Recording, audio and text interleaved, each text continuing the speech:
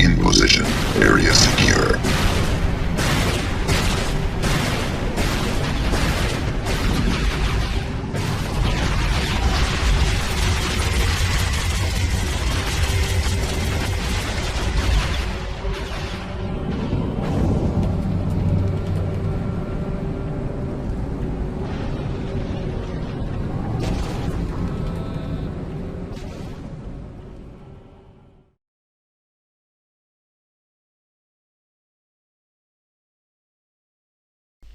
Dans cette nouvelle leçon, nous allons revenir sur le matériel intensier et sur l'autre type de matériel intensier qui varie en fonction du temps.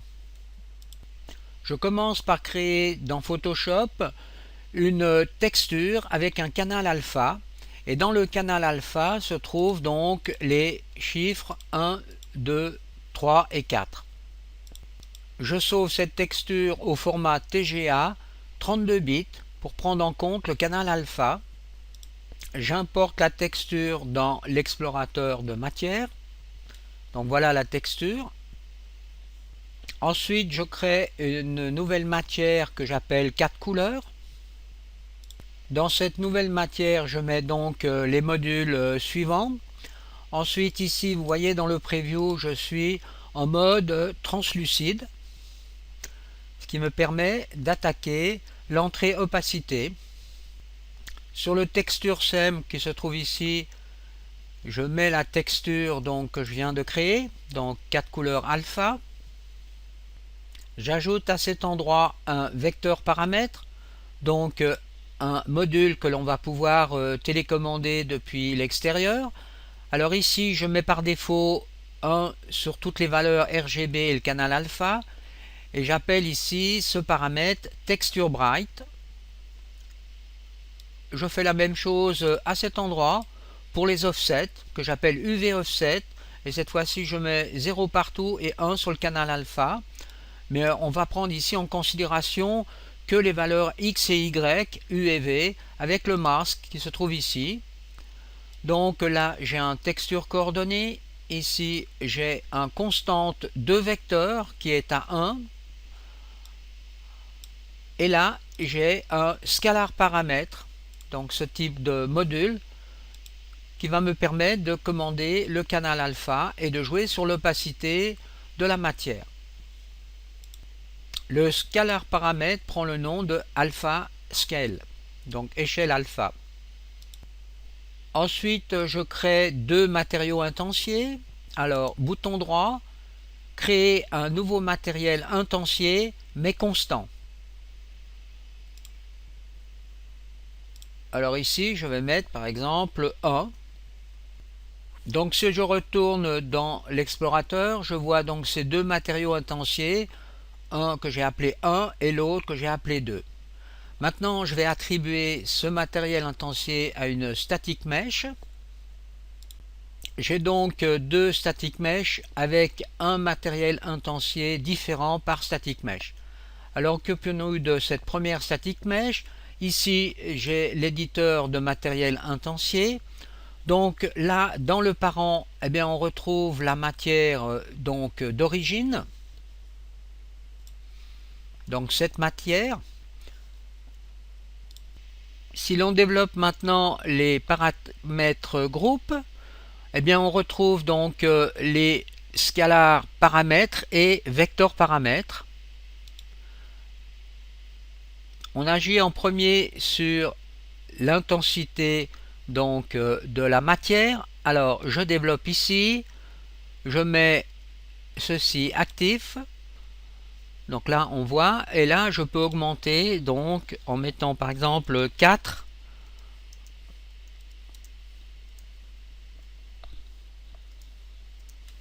On voit le résultat directement dans la scène. Ensuite, on peut agir ici sur le canal alpha en mettant par exemple 0.5, 0.5. On a donc plus de transparence de l'objet. J'ouvre le matériel intensier du deuxième objet et je fais la même chose. Alors ici, je vais mettre un peu plus d'intensité. Ensuite, ne jamais oublier de cocher ici cette variable, autrement ce n'est pas pris en compte. Ensuite, je vais cette fois-ci jouer sur les offsets UV en mettant ici par exemple 0,5. Et là, on constate à ce moment-là que l'on change de couleur vu qu'on se déplace dans le carré des textures. Mettons 0,5 aussi sur le canal vert. On change de nouveau de couleur. Et puis on peut mettre maintenant 0 de nouveau. Et voilà, on a donc l'exploration des 4 couleurs que l'on a créées précédemment. On peut donc voir par curiosité donc l'éditeur de texture, donc la texture que l'on a créée. Donc voilà les 4 couleurs qui sont représentées ici. Donc nous venons de voir ici la technique des matériaux intensiers. Donc à partir d'un matériel d'origine, on peut créer toute une série de matériaux intensiers avec des paramètres complètement différents, ce qui nous permet de créer toute une palette de textures ou de matières. Il existe une deuxième méthode qui permet de créer un matériel intensier, mais qui peut varier en fonction du temps. Alors pour cela, vous allez sur le matériel principal, ensuite bouton droit, et vous faites créer New Matériel Intensier qui varie en fonction du temps. Un nouvel éditeur s'ouvre avec quelques différences. Alors ici, vous avez la possibilité d'agir, vous voyez par exemple sur les paramètres scalaires, ici en développant à cet endroit et en créant des variations dans le temps de la valeur donc du paramètre alpha scale, ce qui va nous permettre de faire varier dans le temps le canal alpha. Pour faire varier le canal alpha, il faut créer des points clés. Alors pour cela, je clique sur cette petite croix verte en face du nom point et je crée un premier point clé que je laisse ici par défaut avec ses valeurs. Ensuite, je crée un deuxième point clé et cette fois-ci, je vais changer les valeurs dans le point clé numéro 1. Je mets par exemple sur cette variable inValue point 1 et sur la variable outValue, je vais mettre par exemple 5. Maintenant, pour pouvoir voir l'effet dans le preview, il faut faire déjà override et ensuite il faut faire auto activate à cet endroit ou bien aussi éventuellement à cet endroit, mais ceci va activer toutes les variables que l'on peut donc définir variant dans le temps.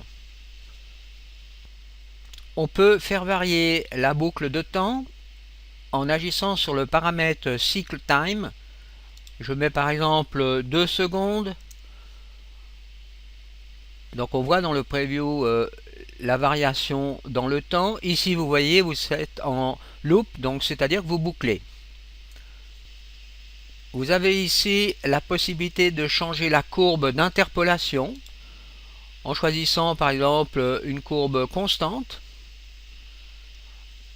Donc l'évolution sera faite d'une façon constante. Donc là, il y a quelques possibilités qui vous sont offertes. Mais en somme, il n'y a pas beaucoup d'explications dans ce domaine. Si vous retournez dans l'explorateur de matière, vous constatez ici donc l'évolution de ce matériel intensier en fonction du temps que vous pouvez appliquer sur une static mesh.